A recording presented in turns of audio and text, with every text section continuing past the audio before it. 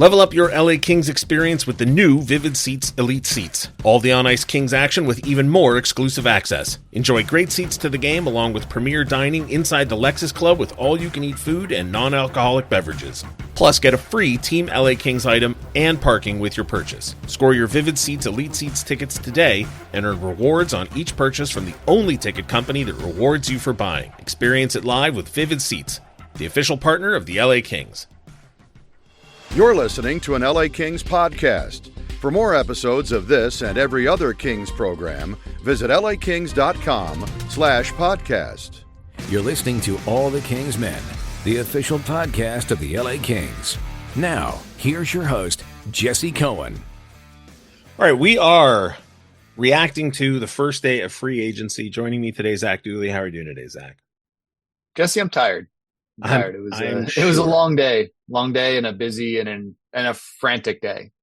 I did not know how I was going to react to the playoffs, the draft, the free agency, dev camp, all of this not being around, because for everybody who doesn't know, I've got cancer. I'm not allowed to be around people. So it's just been a weird summer for me because, I'm used to being in the midst of it. And now I'm sort of, on the one hand, I'm sort of thrown back a little bit into like a fan state, right? Because I'm just not around, but I'm also still a team in play. So anyway, we're going to dive into it and we're going to start, with the thing that I think is probably top of everybody's mind. And that's Corey Perry as a member of the LA Kings. And I was really grateful. I think it was the second question asked of him at his media availability. And I was really grateful that somebody did. And I was really glad that he handled it the way that you would want him to, which is everybody gets it. It's weird. Yeah. Like, it just is. He certainly gets it. 100%. The media gets it. The fans obviously get it. Like everyone knows it's a little bit strange. Yes. And, we talked about it yesterday when it was, I didn't even have a sense yesterday that it might happen. I think it was just sort of, it's been thrown around for years as a, wouldn't it be funny if, and it finally happened. But, I struggled with how to say this. And now that it's time to actually say it, I'm not saying it at all the way I wanted to. It's weird. And the most important thing for me is there are going to be people who will refuse to like it. And I'm okay with that. And I understand it. And I'm not going to try and talk anybody out of it because sports exists on multiple levels. On the one hand, there's what actually happens, how it's played. You can break it down and get analytical and talk about coaching and, tactics and, execution.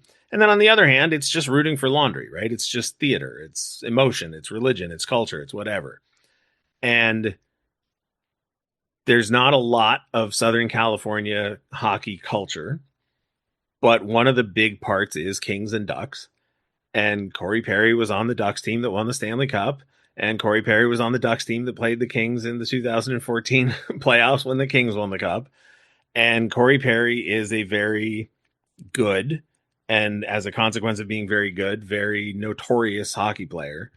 And he's been a villain. And I don't mean villain as in like a bad person. I mean villain as in he has been portrayed as the enemy for almost 20 years. And that's a long time to invest in a feeling, good, bad, or otherwise. And then to suddenly one day wake up and find out, oh, time to change that feeling. That's hard. So I'm not going to tell people to change their feelings. I'm personally care more about how the team plays than the parts on it. So I just hope he plays well. Same. And if you put Corey Perry's statistical and profile on a guy named Joe Smith, everyone would be like sick signing, right? But it's Corey Perry. And on June 30th, 2025, Corey Perry was wrapping up his 20th year of being a villain to the LA Kings fan base. Like, it's hard to then the next day be like, oh no, this guy's on our side now. Yeah. It's almost like if this was like a movie, you'd think he was like a plant from the enemy who was sent here. And it was like, no, he's just infiltrating for information and he's going to go back behind the scenes with his friends and tell them all about what you're doing. But it's perfectly normal, I think, for mixed emotions or even Yeah. like, how could you do this kind of thing? Like that's what being a fan's all about. Exactly. But I would add, like, heck of a player, Yes. did a number on the Kings, impacted those series against the Kings. He's been very good in the playoffs for a number of years. He's played more playoff games than any forward in NHL history, Yeah. which is freaking more than crazy. multiple franchises. Yeah, and third all time behind only Chelios and Lidstrom. Yeah. So it's a heck of a player to add, but I, like you, completely get it. It is weird. I went to the grocery store this afternoon after the dust had kind of settled and all the media availabilities had been done, and I had to go to the pharmacy and grab some meds and pick up some stuff. And I've never heard like just ambient Kings talk at the grocery store. I heard 3 different people talk about Corey Perry. Bill Simmons tweeted about Corey Perry. Your boy. And I messaged a friend of mine who works for Bill Simmons and said, tell your boss to keep his nose out of it. But I mean, like, that's how weird it is. Right. Like, and so I get it. It's weird. And like I said, people are going to feel. The first thing that popped into my head was in 2006 when Rob Blake signed as a player again in LA. That was the first comp I had, which is, wow, okay, that's a choice. I don't think people can disagree with me on this if they want. I don't think Corey Perry is as unpopular as Rob Blake was in 2006. Or if he is, it's a different kind. It's like maybe more people care, but they don't care as intensely. He's unpopular for on ice things only. Yes. Right? For the most part. Like, things done on the ice that might not be within the game of play, but like he's a very effective player, but like very antagonistic player. And like, but in the playoffs last season, Corey Perry wasn't getting booed every time he touched the puck. That was Darnell Nurse, right? Like, right. For all the villainy that people want to ascribe to him, there are more intense expressions of displeasure. Anyway, it's weird, but generally speaking, it'll be interesting. And, I know that the conversation was, fourth liner, but, I was looking at some of his minutes distributions for last season. He was on the ice in overtime, assisting on some of those game winners, like, out there with McDavid and Draisaitl. So like, yeah, I don't expect him to play on the top line, but I certainly wouldn't cry about it if it happened. Look, the Kings aren't going to play the same 12 dudes for 82 games plus hopefully playoff games, right? There's going to be injuries. There's going to be performance. Guys are going to move around. He's a guy who can move up and down as needed. I think to start things off, if everything goes according to plan, he's probably on the fourth line with Alex Turcotte and Joel Armia, who we'll talk about in a little bit. Mm-hmm. And that's a fourth line that will play in the playoffs, right? Like that's part of the reason is that the Kings know, Ken Holland referenced it, you can't play 9 forwards and expect to succeed in the playoffs. So he said, I have to find some guys in conjunction with the coach who he will play. And these are guys who will play. That was the first. So there were, I've referenced it on Twitter, I think. There have been a couple of things that Holland has said in multiple press conferences that have caused my ears to perk up. And I hadn't seen a lot of people reference them. And I think the signings today spoke to them pretty clearly. And then his post free agent signing media availability addressed it. The fact that the fourth line didn't play a lot in the playoffs clearly stood out to Ken Holland. 100%. Like he has referenced it, and I was sort of disappointed that other people didn't make a bigger deal of him saying like, yeah, I talked to Jim Hiller about why the fourth line didn't play. And then it just sort of disappeared into the ether. And I was like, well, I'd like to hear more about that. And then I think the second follow-up was, I need to find players to play on the fourth line that the coach feels comfortable playing. Yeah.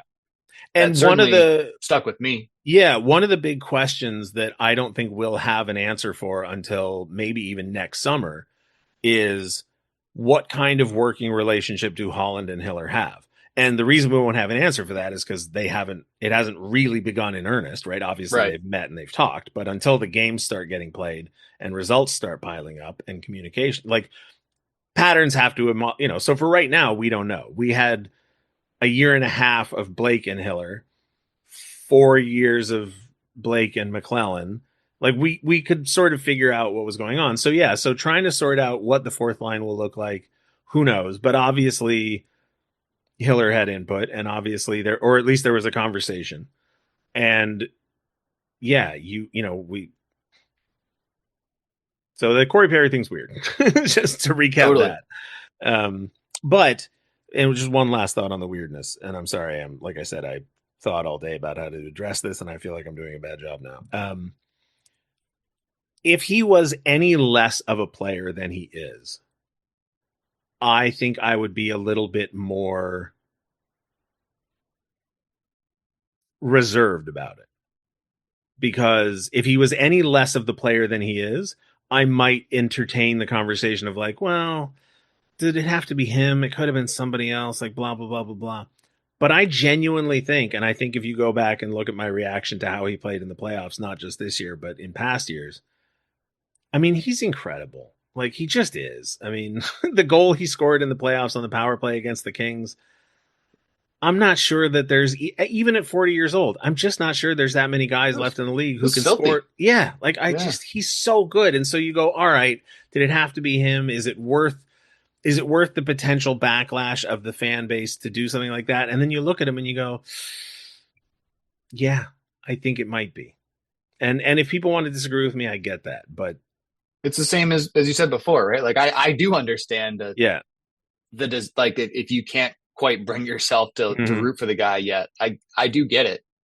And I think to your point, if he was any less of a player, it probably wouldn't be that level of being hard to come to terms with, right? Because you don't hate nobodies. Yes. And right. Man, like he's not who he was when he won the Hart Trophy or when he was scoring 40, 50 so few goals, of us are. But yeah, but he's still, a heck of a player who seems to really thrive in the postseason. He scored 10 goals in the playoffs. Yeah. No, multiple goals in every series. Like he's a good player. He's really good. And I mean, I actually got mad. I don't even remember who tweeted it, but somebody during the final was like, Marchand and Perry, some comment about like, is there going to be a rat in the Hall of Fame? And I was like, okay, I understand he's Corey Perry, but like reducing him to rat status is crazy. He's a former Hart Trophy winner. He's a former Richard. Like, come on. He's, Olympic gold medal, Stanley Cup, Memorial Cup. Like,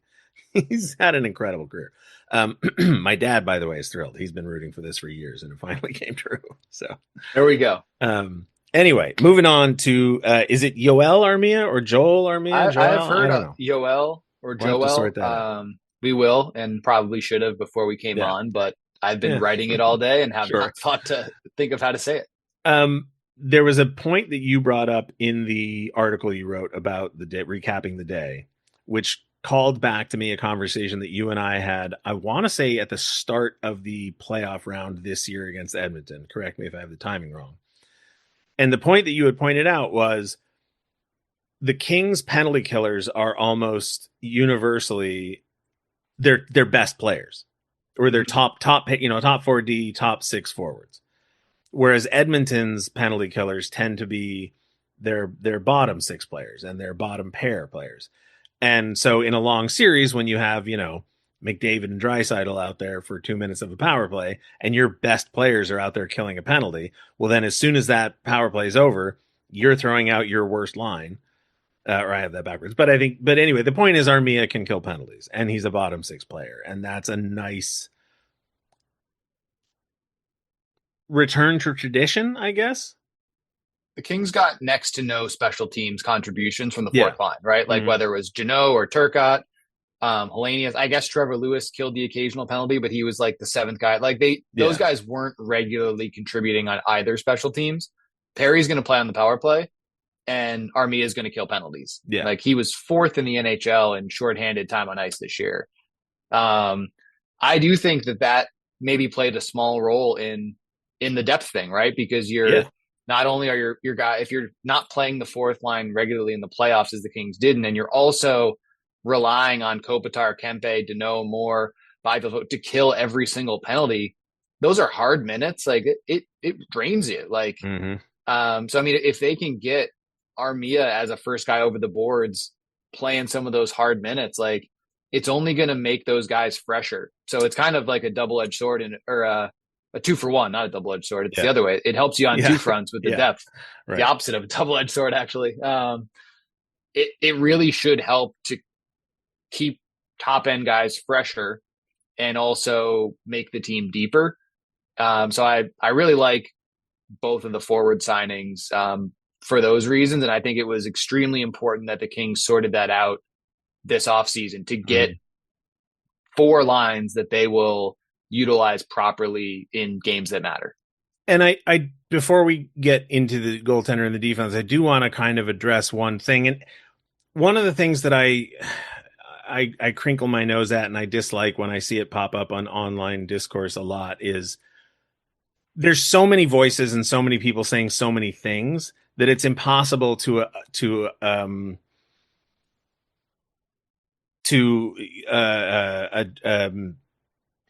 claim that one person or one group of people is responsible for one take, right? So it's very easy to say like, well, the same people who hated this now like that. And it's like, well, I don't know. It's hundreds of people. So I don't sit down and remember who liked this signing and who now doesn't like this signing. But the Yoel Armia signing to me very much feels like the league is full of guys where you go, okay, I know the name, but I don't really know anything about him. And then suddenly he's on a good team and he turns into an incredible player, right? Like Gustav Forsling was picked up off of waivers off of Florida. And, like when he was picked up off of waivers, I doubt very much anybody cared.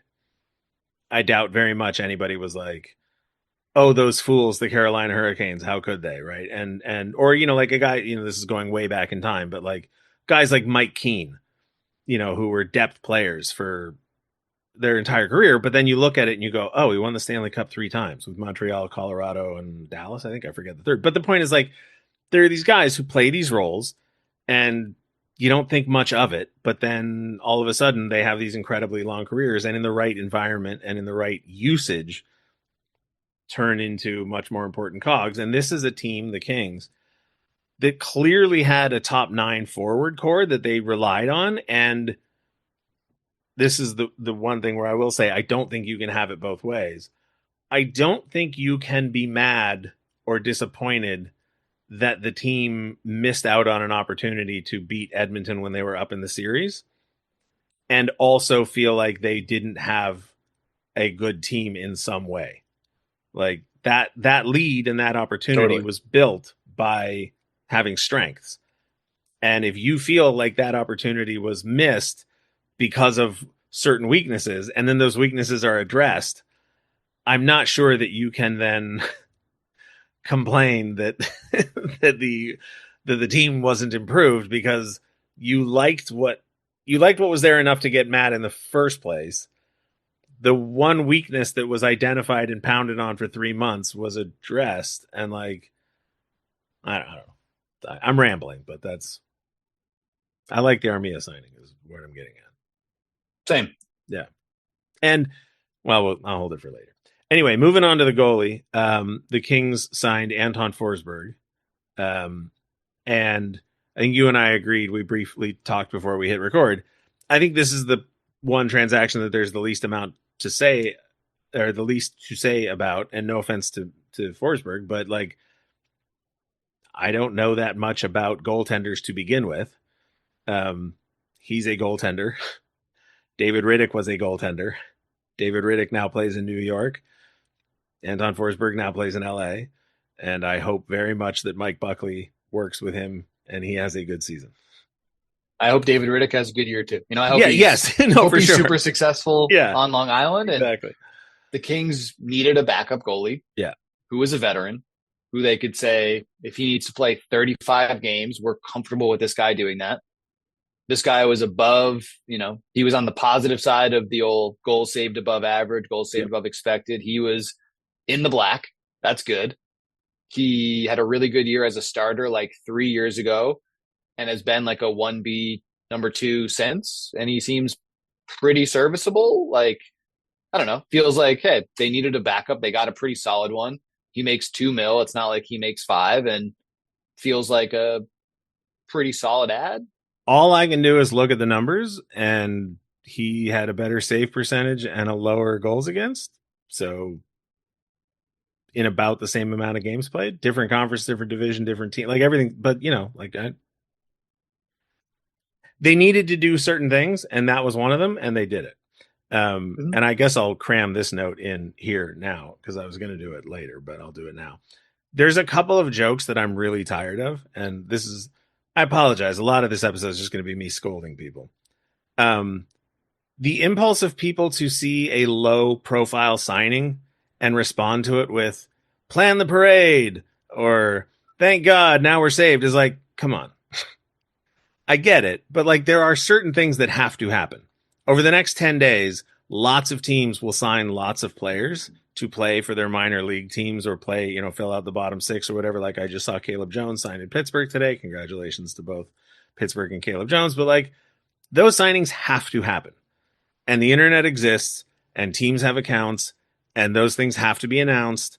And so they're going to be announced, but nobody's announcing them as if they are the thing. So can we all just refrain from like we get it. It's not a big deal, but it has to happen. And it's only going to get worse in the future now that teams have to carry an e-bug. So like, just buckle up, everybody. Just like, it's okay. People are going to get signed. I also think we need to circle back on one thing before we, I assume, go on to the defenseman. Yes. We didn't talk about Andrei Kuzmenko. Oh, yes. Yeah. Re-signing. I forgot you forgot, but that's right. Yeah. 1 year, 4.3 mil. I believe that's correct. Yeah. Feels to me like kind of a win-win. Like I think there's good reason on both sides not to want to commit to more term than that, which mitigates a lot of the risk. And the upside, we saw it last year, was a pretty darn effective player who took the Kings power play from being real bad to like pretty good. And I can't imagine. Like, glad this guy's back. I can't imagine a better contract for that situation. It's 1 year. And it's if a contract is 1 year long, I almost don't care what the cap hit is. Yeah, I kind of feel the same way. Because the team is going to be under the cap because you have to be. So it is what it is. And if it works out, then you revisit the conversation a year from now. And if it doesn't, well, then you don't. And that's that. And that's that. Yeah, so it's ideal. And, people were throwing, as soon as he was signed, people were talking about sign him for 8 years at whatever, and it's like, well, calm down. 1 year is fantastic. The player too, from what if Ken Holland is believed, wanted the short term as well because his long term value is probably not in a contract right now as good as his skill level. Yeah, like I think his skill level is really high, but I think because of the last couple of years, his long term value would be much lower than it would be if he comes in here and has a good year. Right. If he repeats the last, I can't remember how many games he actually played, but if he get paid. Yeah, 100%. And so I get it from his standpoint. I get it from the Kings standpoint. And also, assuming, there's all summer left to go and all season left to go with Adrian Kempe, but next summer, until Adrian Kempe signs an extension, next summer, the entire top line of the LA Kings is scheduled to reach unrestricted free agent status. And at the same time that the collective bargaining agreement turns over and starts its new version, whatever you want to call it. So there are all sorts of incentives for some players to sign extensions between now and then. There are incentives for players to wait until then. The Kings season will go however the Kings season goes. I'm sure we'll talk about it as the whole year plays out, but like, I just, the whole thing is it makes sense to me, and that's, my brain likes things to make sense and fit into line, and so it makes sense. So I'm happy with it. I mean, that's the AAA line, so it's going to be really hard for the Kings to find 3 other guys whose names that's right. Yeah. Otherwise, I don't know. They're going to have to sort, or Alex Laferriere is going to have to move up onto that line, and then or change his last name. Joel Armia could move up there. So there you go. That's right. Yeah, it's just the AAA line. Obviously, I know is your thing, so that's got to stay. Definitely my thing.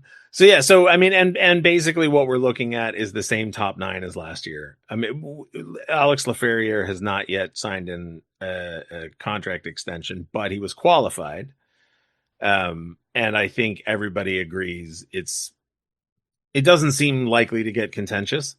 There's only so much money left in the cap. A certain percentage of that will go to Alex Laferriere, and then your lines will be to start again. All of this is for day 1 of training camp. As soon as day 1 of training camp starts, all bets are off. Who knows? Things happen, right? Like for sure. Last year, so we talked about last year, right? Yeah, exactly. Yeah. And then Drew Doughty got hurt, and that was it. Yep. And then game 4 they changed the lines, and then game 12 they changed them back, and So all of this is just, and it's not even the end of day 1 of training camp. It's just minute 1 of day 1 of training camp. It looks very much like Kuzmenko, Kopitar, and Kempe, Fiala, Byfield, Laferriere, Fogle, Deneau, Moore, some combination of Armia, Turcotte, Hellenius, Perry, Malat will fight in camp. I saw Greentree's name tossed out there. Thomas, you know what I mean? Like there's a lot of names now who can fight for that 4th line. And I think it seems pretty obvious that Perry and Armia, just based on term, will have priority because they're on one-way multi-million-dollar deals. And then after that, I imagine experience probably is the leading influencer as far as who gets a longer look, but that's what camp's for. So we'll figure that out. Camp's for. Yep. So we'll figure it out when we get there. Moving on to defense, because this is where the conversation starts to get hinky. I believe, and you may disagree with me, I believe that the moment that the Kings traded Jordan Spence, and then Ken Holland spoke to the media after day 2 of the draft and explained why they traded Jordan Spence, which was that they prioritized Doughty and Clark on the right side, and they wanted size, and that meant that Jordan Spence would wind up being a 7th defenseman, which led then to his representation requesting to be moved somewhere he would play every day. I believe that in that moment, that pretty much laid out the next course of action, which was what the Kings would have to seek 3rd pair defensemen. And that doesn't mean that Dumoulin and Ceci will be the 3rd pair because stuff happens. But I believe, based on what we saw in the playoffs last year, I believe that what we saw in the regular season last year, contract lengths, contract amounts, experience, age of prospects and career arcs, that it was kind of predictable. I didn't know that it would specifically be Brian Dumoulin and Cody Ceci, but I referenced it on Twitter today. I had a number of disagreements with a number of different people over the last few days because I just didn't see it playing out any other way. And I was right. And I'm taking my victory lap. That's that. I think Ken Holland kind of spelled out what he was looking for in those players. Yeah. And while I don't think it was he knew who he was talking about, the 2 players signed, while I can understand if you're not happy with those players, I don't think it should be a surprise. It should not. That those were the players coming in, right? Should not. Or that the Kings were looking to change a team that had 105 points but didn't get the job done in the playoffs. And I don't think it should be a surprise that the players targeted are probably more game 83 players than game 1 through 82 players. And I understand, like we talked about with Perry, I can understand why people aren't thrilled with every signing the Kings made, but I don't think it should necessarily have come as a surprise. It should not have come as like I said, and this is just me being arrogant and taking my victory lap, and apologies, but I'm having a rough summer.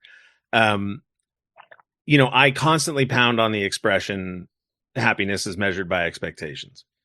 And this is a perfect example of why I keep saying it, because I watched the Kings for the last, decades, but in this particular iteration of the Kings, from the moment that Mikey Anderson and Drew Doughty first started clicking, and you know this better than anybody, I have been collecting audio files of Drew Doughty, Mikey Anderson, Todd McClellan, Rob Blake, whoever I could, because it was just so obvious that pair works.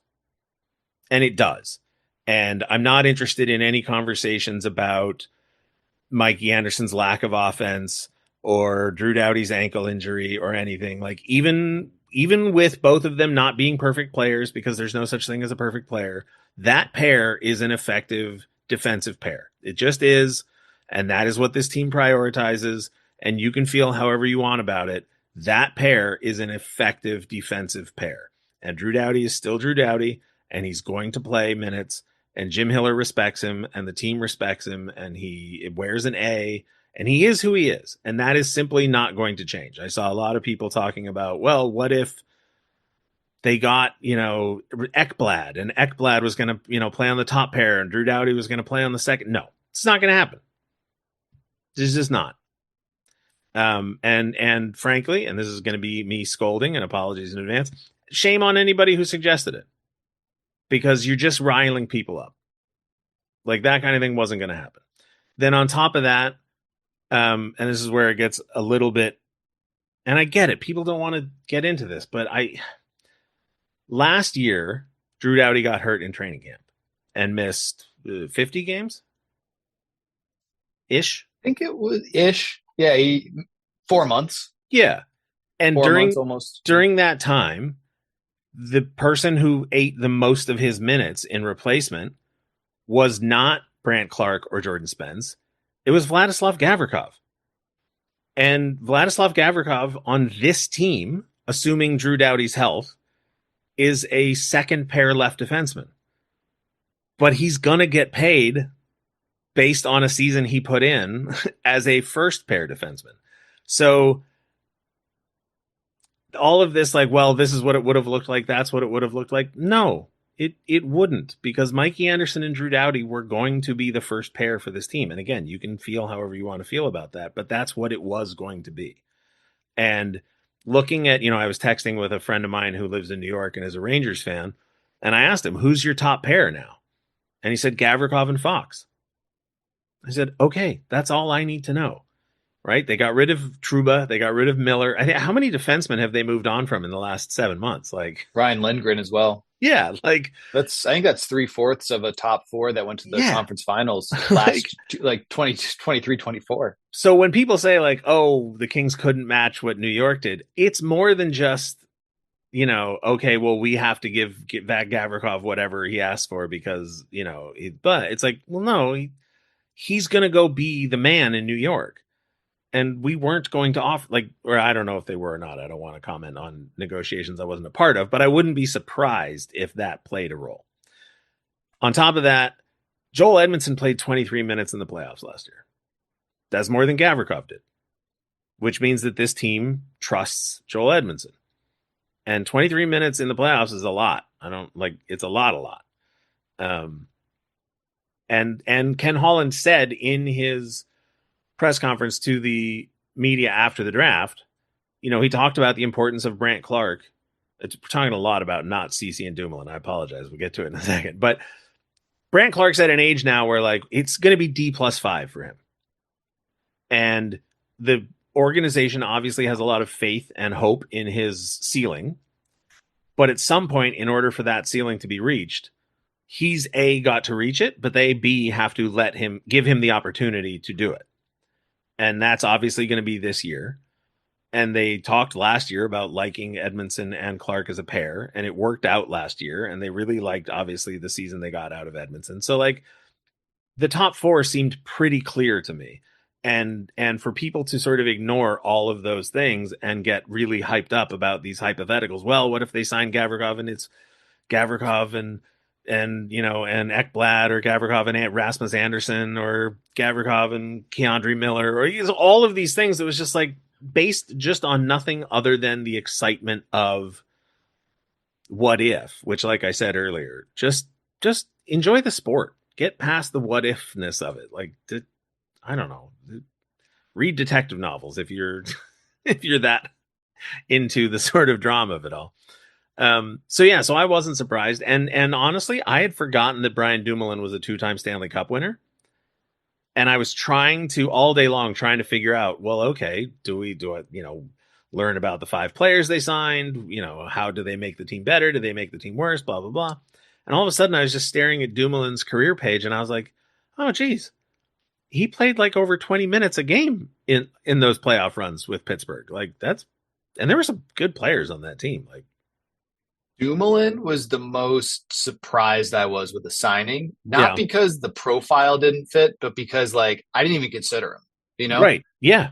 Same. And like Cody Ceci was speculated, backup goaltender, Forsberg makes sense. Corey Perry, speculation. Armia makes sense. Dumoulin made sense.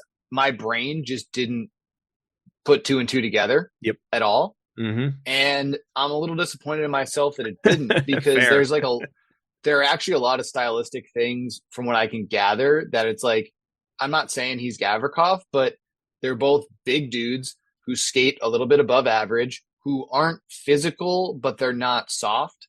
They can both move the puck. They've both played big minutes on good teams. Like Dumoulin played 29 a game in the playoffs for the Devils. Yeah. That was a decimated team, but he was playing more than Luke Hughes. He was playing more than Dougie Hamilton. He was playing more than Brett Pesce. He was on those Pittsburgh teams. His analytics weren't great last year, but they were much better the like 4 years before that, which is kind of the Darcy Kemper situation for me. It's like, what is he? Is he the 1 year? Is he the sample size before? I'd say the same about Cam Talbot when he came. What was he? And in both of those cases, they're goalies, but they turned out to be the dude they always were, not the guy they were for 1 year.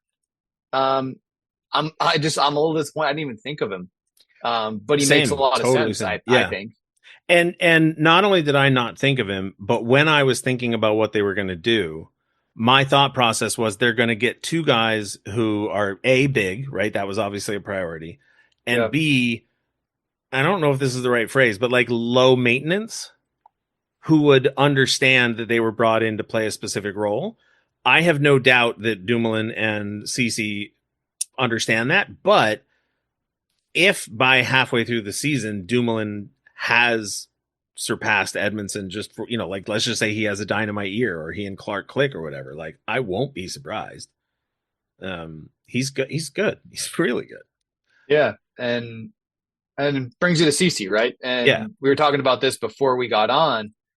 He fascinates me because I've never seen like a bigger gap between hockey and analytics, because in the last 9 years, Ceci has played 20. He's been a top 4 defenseman on 4 separate teams that have reached the conference finals, which means that several different coaches, organizations have been like, this dude can be a top 4 team on a team with cup aspirations. And yet, if you look at an analytical profile or ask somebody the analytics side, they're like, this guy's not any good. And it's the biggest disparity I feel like I can remember seeing between like usage and role with several different good teams, including the Dallas Stars, who I think everyone would agree is a well-run organization. I mean, I believe Jim Neal is a multiple GM of the Year award winner. And the analytics, right? Like there's just such a big gap. And I don't even know who the person would be who is versed enough in both to like have that conversation with. It's just super interesting and fascinating to see that massive gap between those two sides be just as big as it is. Here's what I will say about the whole phenomenon of the reaction. When Gavrikov was acquired at the trade deadline 2.5 years ago, whatever it was, do you remember the reaction from The Athletic and the Twitterati and the hockey cognoscenti? Like, soft, analytically, not what the Kings are looking for. Like, because everybody knew the Kings were in the market for a left shot D. Everybody knew that they wanted a very specific type of player. And there were all these reasons why Gavrikov wasn't it. And what a waste of a trade. And people were outraged, right? Fast forward 2 seasons and 3 months, and he's the darling of the free agency defenseman class, because you put him in a different situation, you put him with a different team, and suddenly all of these conversations are just put in a completely different context and format, and everything changes. And so I'm not trying to tell anybody how to feel about any of it. I'm just saying, like, when I flip open Twitter or Discord or Reddit, and I tried to do my tour today and just check in with the fan bases on all the different platforms and texting people and DMing and everything. I just think people like being confident about whatever it is.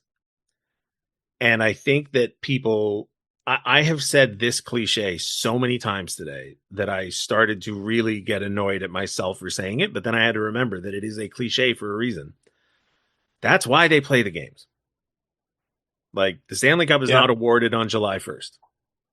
Like, if it was, we wouldn't be talking about the failed season of the Nashville Predators last year, right? Exactly. Like, the universal winners of July 1 last year. So you and I can think you and I have agreed on some of the moves made. We have varied opinions on different moves. But at the end of the day, look, when last season started, I think I was probably more uncertain that the team was even a playoff team than you were at the start of the season. And it wasn't that I thought they wouldn't make the playoffs. It was just there are question marks and I didn't know how they were going to go. So it was like, well, I'm just not sure. But then they had 105 points, and I understand. I'm not trying to use the 105 point season as a bandage for what happened in the playoffs. I'm just saying, like, the regular season is the regular season, the playoffs are the playoffs, and the regular season went way better than I thought it would. It's way better, like way. I think then we all really did, right? Like I was confident the Kings would be a playoff team, but I don't think I would have predicted that point total or that season. And so, again, it's a cliche. It's a cliche for a reason, but that is actually why they play the games. And, I said to somebody about a certain, I can't even remember what forward it was. It wasn't Marner, but it might have been Besser, or the rumor was that they were going to go after some forward or whatever. Mm-hmm. And I just asked them, okay, where does that player play? And the person said, well, on this line or whatever. And I said, are you sure? Because I can run down a list of names as long as my arm that were brought into this franchise in the last 15 years who were thought to be brought in to play in a very specific spot that did not wind up in that spot. So it's all fine and good on July 1st to say, oh, well, this is what it looks like. And then, like, we're just going to keep repeating ourselves. Then day one of training camp happens. And everything starts to change. And that is actually why they play the games. And I'm going to keep scolding people. That's why sports is great. And that's why we all like sports. And I just wish people would remember that is why we all like sports. If I wanted to just talk about not sports, I would have started a podcast about reality TV, but I didn't. I started a podcast about sports because I like sports. All the Kings love islands. Exactly. By Jesse Cohen. I mean, I would have started a Temptation Island podcast if that's what I want to talk about, but I don't. I like talking about hockey, and I like watching hockey, and I want to watch. The summer's rough. Anyway, so that's it. They pick up 5 guys. Oh, and so I had one request on Twitter to talk to the Royal Half specifically about the Corey Perry signing. I reached out to him. He's on vacation in Italy. Must be nice.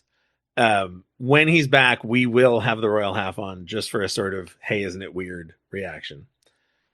But he had the same first thought I did, which was in 2007, the Kings signed, I think it was 5 players. It might have even been 6. It was Jesus, Nagy, Preising, Brad Stewart, and maybe Kyle Calder all in one day. And listen, Jesus was very good. Kyle Calder was what Kyle Calder was. Ladislav Nagy didn't work out the way I think people wanted him to. And Preising and Stewart were a mixed bag, depending on what your expectations were. But it was a totally different team. It was a totally different era. But the point is, like, it was just the last time I can remember the Kings hiring essentially a full...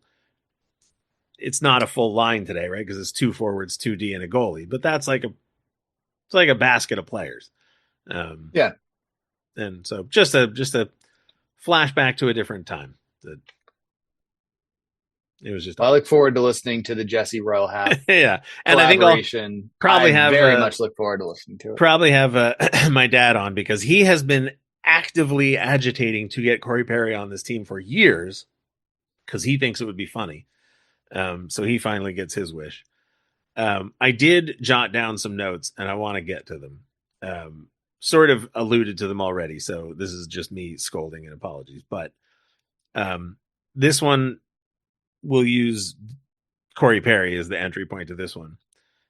Years ago, about 10 years ago, I think I was visiting an ex, and she wanted to make chocolate banana bread because I was at a weird point in my life where I really liked baking. There was like 2 years where I was like super into baking. I made like apple pies every week. I loved it. I don't know why. So she was like, let's make chocolate banana bread. I was like, sounds great. Let's make chocolate banana bread. So we went shopping. We found a recipe, and in the recipe was sour cream. I don't know how you feel about sour cream, Zach. I hate sour cream. I think sour cream is gross. It's not my I don't put it on my Chipotle bowl. Yeah. You know, it's an option. I don't pick it. Yeah. But if my wife does, and if she offered me leftovers of hers, I will eat it. That's how I feel about sour cream. I think sour cream is disgusting. And if I go to a restaurant and it's in something I order, I will ask them to remove it. I do not like sour cream. So the fact that this chocolate banana bread recipe called for sour cream horrified me. And I was like, no, absolutely not.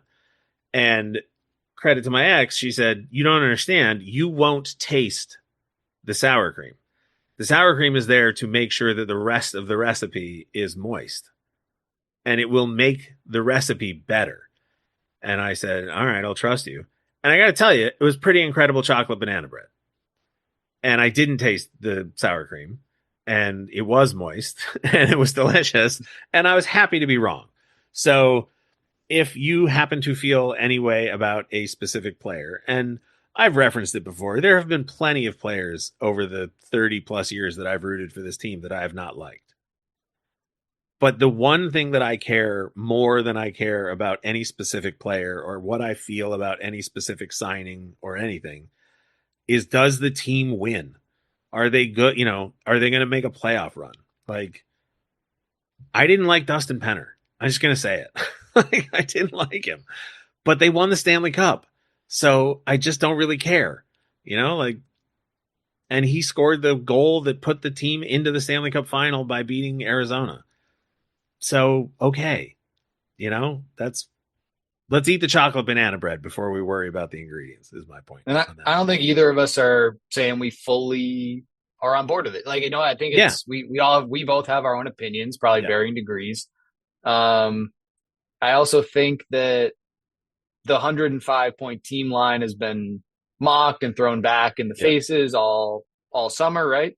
So if the 105 point thing doesn't matter, you know, I could see a world where the Kings maybe are a regular season step back with these moves, but a postseason step forward with these moves. Yeah. And if the 105 points don't matter, but the team is more likely to succeed in the postseason, assuming that they get there, which I still think they will, then that should be what matters if the point total doesn't, right? So that's just my interpretation of it, is that's what these moves are for. Yeah. And that's kind of how I see it. I don't remember how I phrased it, but I hopped on the Discord server today just because I realized I had been neglecting it in all of the social media hoppings. And I just checked in and I said to somebody like, yeah, you know, whether or not, because I've seen a lot of people say, I don't see how this team didn't get worse and whatever. And I don't care how many regular season points they have as long as they qualify for the playoffs. If they get 5 wins in the playoffs, that is an improvement. 4. Well, sure, but 5 would imply 4. Yeah, I know. And like, and that would make me happy at this point, right? Like, that's the other thing. I heard somebody today arguing whether or not this was a Stanley Cup winning defensive core, and my gut reaction was, we are putting the cart way before the horse. Yeah, I have said this before. I strongly disagree with the idea that it should be Stanley Cup or bust, because especially in a 32 team league where the rules are designed to prevent you from maintaining extended dominance, you can have the goal of winning the Stanley Cup, but it can't be your plan. Totally. Like, a lot of teams' goals are to win the Stanley Cup. But it cannot be your plan. And I keep seeing people use the word plan and goal interchangeably, and I just don't think they are. Like, I agree with you. And so the plan should be make the playoffs, win a playoff round, and then go from there. Win another one. Yes. And then win another. But you can't yes. you can't win round 2 till you win round 1. Exactly. So I'm far more interested in whether or not they can win 5 games in the playoffs than 16. And listen, you reevaluate as things go. But for right now, we're talking about a team that has lost in the first round 4 years in a row and has a narrow path forward before an identity shift has to happen. So, okay, let's work with what we've got and save the pearl clutching for someone else, because I have cancer. So. And, I think the other point to kind of mention is the Kings last year in February had a pretty massive hole that they fixed with a very simple trade. Yes. That cost them next to nothing. Yep. So the team today and the team in game 1 might not even be the team in game 60, might not be the team in game 83. And say what you will about Ken Holland, but that dude will make a move if he thinks it helps. He's done it in every other stop in season. I think he's been much more active in season than Rob Blake was. Rob Blake, very aggressive in the off season, a little more cautious in season. Yeah. Ken Holland, very aggressive in season, in Edmonton and in Detroit. And I wasn't even planning on talking about this, so I apologize. I'm throwing this at you unannounced. But to be fair, you announced a lot of plans to me that I didn't understand when you previewed this pod, so I'm looking forward to it. When the Tanner Jeannot trade happened, and it was a second and a fourth, there was some consternation that was an overpayment. And now that he has departed for another team, I'm sure there will be continued revisiting of what an overpayment that was. The LA Kings just drafted 9 players. And including a player in the round that the overpaid pick went out for, right? Correct. And so my point is merely this. When that trade happened, you and I and others said, I understand that on paper, it's, and Mark Yannetti even said to us, right? Like in 2007, draft picks were undervalued. Now perhaps they're overvalued. But like the LA Kings had, I think, 5 players not signed to ELCs in their prospect pool prior to the draft. Well, now they have 16. So it's okay. Not great math by you. Yeah. Well, not great math, but you have cancer, so it's fine. Shafi Gulen and Durgachev are part of my. Oh, okay. Are part of my. I left them out in the 5, but they're part of the system. So anyway, but my point is just like, again, it's easy to hyperfixate on singular transactions. Yes.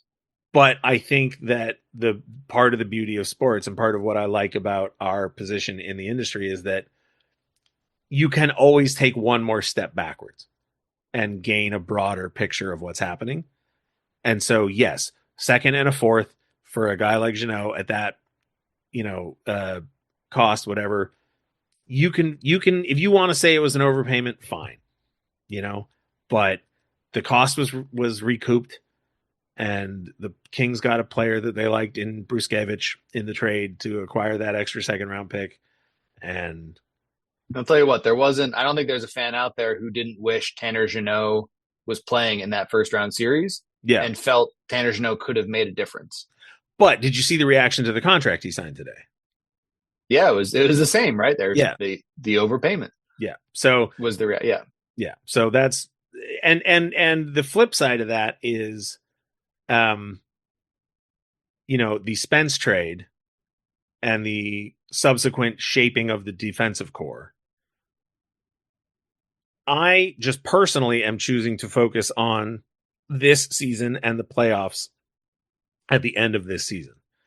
But when I see people list all of the defensemen that the franchise has moved out over the last 5 years and the collective return for those trades, I understand that even though in any given moment one transaction can be defended, that collectively it paints a picture that if you want to say looks bad, I'm not going to push back on you. Sure.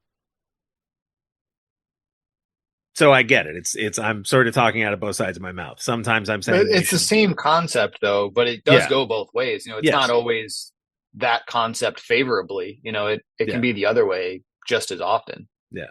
And at the end of the day, everything changes based on what happens in the playoffs. And that's what we're looking forward to. So it was a weird day, man. It was a long, weird day for lots of reasons, but it's long, weird day. It's over. Today is over. And of course, over the next couple days, not that these signings are particularly important, but like we'll call them the plan the parade signing. Yes. Studnicka is gone. He signed somewhere else. Caleb Jones is gone. He signed somewhere else. Riddick is gone. He signed somewhere else. The Kings will replace those players. There will be depth signings. There will be, actually, I don't know if they'll even sign another goaltender because they now have 4 under contract. I think Phoenix Copley was that signing, and Anton Forsberg was the Riddick.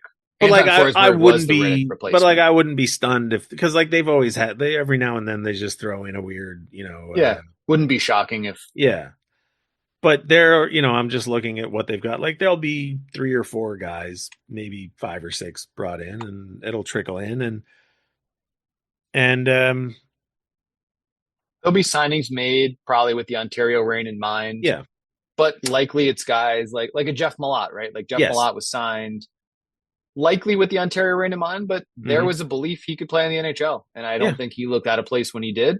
And that's a plan the parade July 1st signing that everyone's like, who cares? Yeah.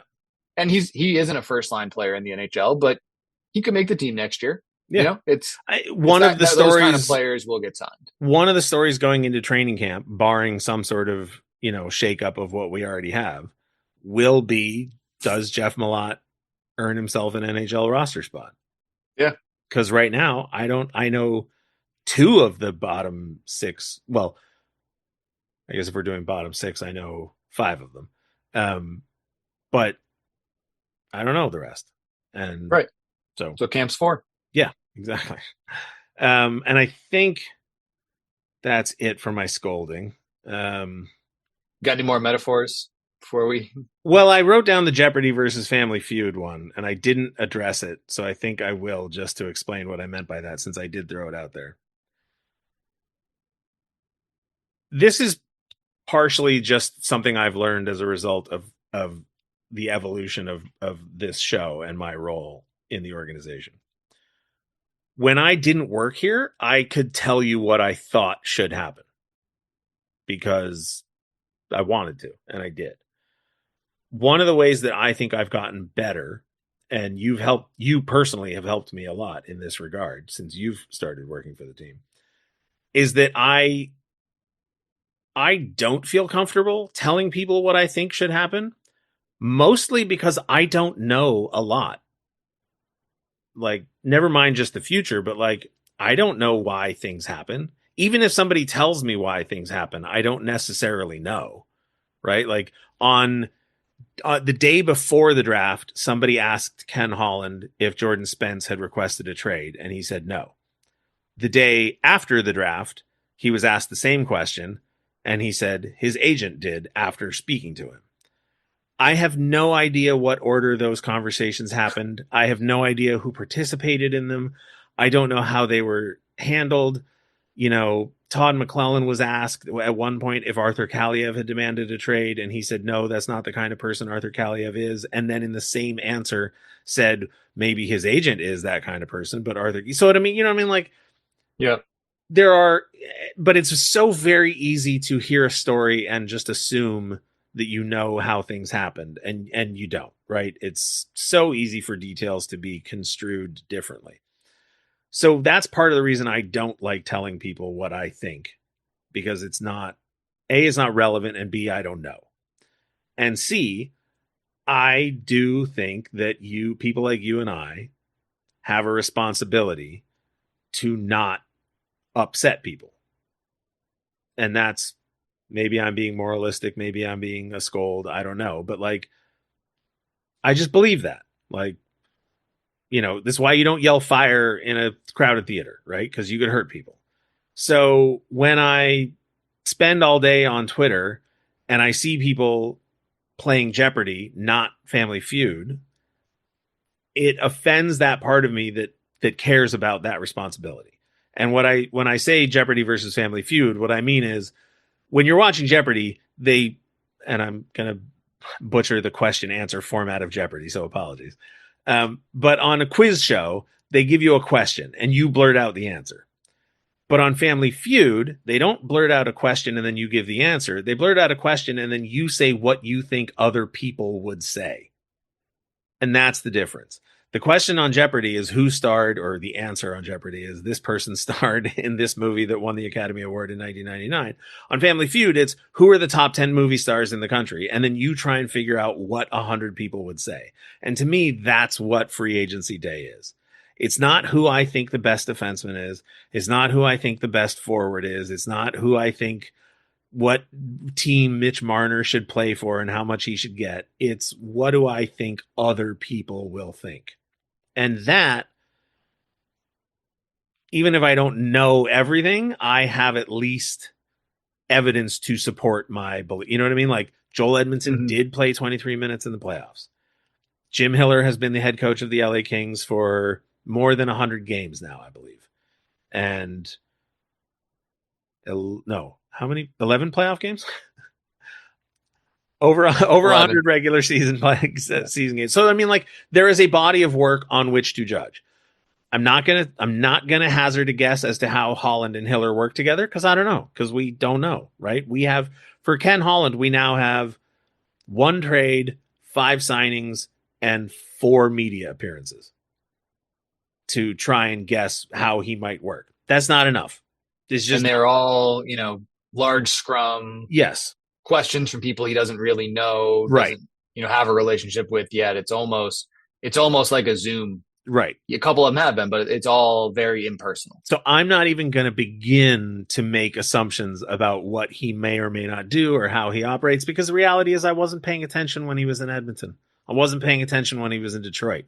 I can read off the highlights that get put on the internet, because we all can. And obviously what he did in Detroit, right? For Stanley, like, okay, I know, but like different team, different time, different salary cap, different CBA, the whole thing. So like, again, it's just me scolding, just like, if you want to be happy, just everybody calm down is basically the point of this whole episode. And I get it. Nobody wants to be told how to feel. And I apologize for that. But, I've been trapped alone with my own thoughts for a lot this summer. and I don't like the off season, partially because it just turns into a lot of what if, and almost none of the what ifs ever materialize. And then you just have a lot of people angry that the what ifs never materialized. And so you have these conversations, and it's people that, like, I'm in a text chain with my dad, my dad, his best friend, and his best friend's son. It's just the 4 of us. And, my dad and his best friend are in their 70s, and the son is younger than me, but like not that much younger than me. But I'm obviously the most plugged in out of the 4, but the son, works in this industry, and so he is also plugged in. And the wildest stuff gets said in this 4-person chat group, and it's all coming from Twitter and Reddit and the message boards and everything. And it's like, well, I heard this and I heard that and I heard this and I heard that. And it's like, heard from who? Because 5 people speculating on Twitter is not heard from. That's just something someone said. Heard from is when I wake up and Bob McKenzie says, sources indicate this is going to happen. And you go, okay, well, it's Bob McKenzie, or it's Elliot Friedman, or it's Darren Dreger. And you go, happy retirement to Bob. Yes, McKenzie. That's right. Happy. On that note. But like when it's people who have a career that relies on their reliability, right? When there's stakes involved, then you go, okay, that's, I heard. The Discord server saying, it's not fair that Mitch Marner is going to Vegas. And I go, well, did none of you hear that Peter Angelo might retire? And I go, no, nobody heard it. There's a bunch of people angrily, getting emotionally upset about a player going to a team because they couldn't understand how it could possibly happen, with a gigantic piece of information missing from the equation. And you just go like, well, okay, but why are you getting upset about something that you don't? Anyway, whatever. I'm just rambling now. So I just want people not to be upset, Zach. That's all. I just want my people to be happy. Just be happy. Yeah. Or not happy because I don't believe in happy, but just don't be sad. Put it that way. It's as good as we'll get for you. Yeah. Well, happy. I mean, whatever. I'm getting seriously into my own head this week, but like happy doesn't exist. You know, the Kings won the Stanley Cup in 2012, and I was incredibly happy for about a week. Well, that's not true. For a couple months. But then they lost in the playoffs in 2013 in the Western Conference Finals. And I was just telling somebody the other day, I don't remember who. Oh, it was Mark Yannetti when we were talking after we recorded, right? And I told him the dumb story about the Game of Thrones episode. Mm-hmm. That was Game 5 in 2013 in the Western Conference Finals. Game 6, 2012, I was happy. 1 year later, that was gone. And I was like, oh my God, I can't believe they lost in Game 5. So like, just keep that, just bear that in mind. It's all, I know I always say, don't tell me it's just a game because I don't believe that. It's obviously more than that. But things change and they change fast. And that's why they play the games. And that's it. That's all I got. I'm going to stop myself now. Let's call it a day. All right, let's do it. And we will continue to bring podcasts over the summer. We're going to stick to our format. We will bring you conversations about all the draft picks because, oh my gosh, 9 of them. It's a lot. It's a lot. It's a lot. And then we already have 5 free agent signings. There'll be more. Dev camp will wrap up. We'll talk to some of the players. And then, geez, before you know it, it'll be August and we'll all be miserable. Couple cool episodes coming up, though. Yes. Fun interviews. Yeah. We should have soon, which I think should be pretty cool. And I am very much looking forward to, now that we have 9 draft picks and 5 free agent signings, and 5, like, say whatever you want about the 5 free agent signings. All 5 of them are players of significance. Yeah. Like, there's even Anton Forsberg, where we say, like, okay, it's Forsberg for Riddick. There's not a lot to say from, like, a team evaluation standpoint. Anton Forsberg's had a career. There's stuff to say about Anton Forsberg. Like, we will find out what kind of goalie he is, what his strengths are. Like, we'll get into all of that stuff. So I'm looking forward to it. So I said I was going to wrap up. I meant it. Thank you for joining me, Zach. Sorry for scolding everybody, but that's why.